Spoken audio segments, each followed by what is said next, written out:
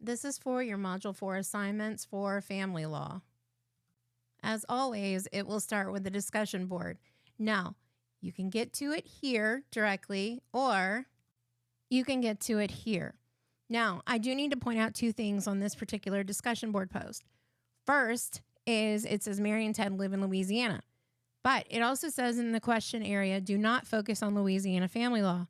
Louisiana is a whole different beast from like the rest of the country. So please do not go research anything.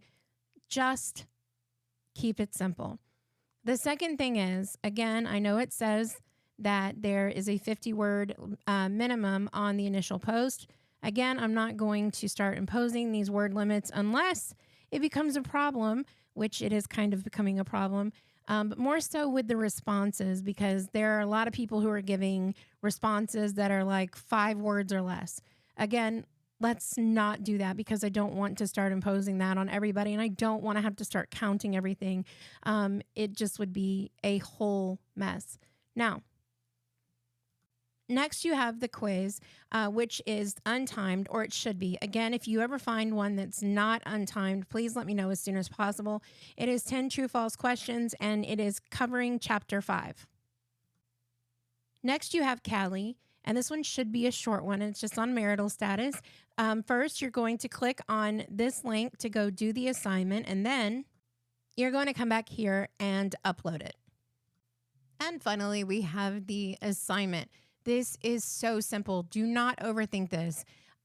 It says very specifically to research declination letters. You can also call it declining representation, whatever it is you want to call it. Find one, find a template, and use it. Use this to your advantage. You will only have to tweak very few things in a declination letter. It'll literally be things like the name of the person, the date, things like that, the lawyer at the end, and then it would have to have the part about why they're declining representation.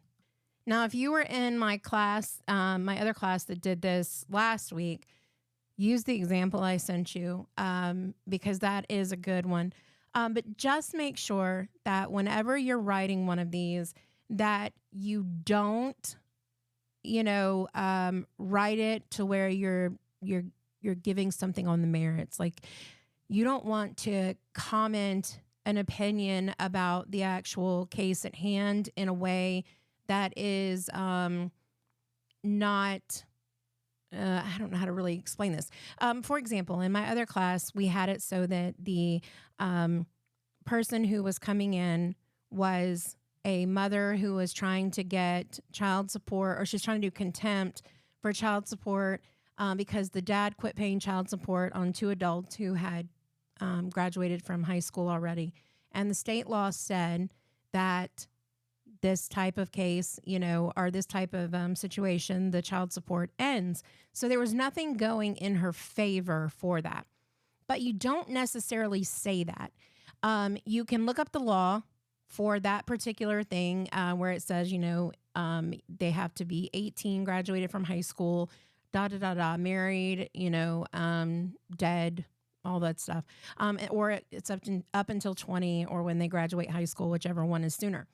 So in that particular situation, you could use that. You could cite that and state that this is what you're basing it on, and, point out that the 2 children are adults, and that's it, period. You don't have to go any further than that. But the one thing that you want to do is just remind them that there are statute of limitations for cases. You don't know what hers are. Don't even worry about looking that up, because that's not what you're there for. And remind her that, you know what? Go get a second opinion. Go get a third opinion. Whatever. Just go seek somebody else, because we're not going to represent you. But just say it in the nicest, most professional way. Anyhow, that's it. If you need me, make sure that you reach out to me. If you need some one-on-one time with me, then go ahead and use the professor's availability in the left navigation pane.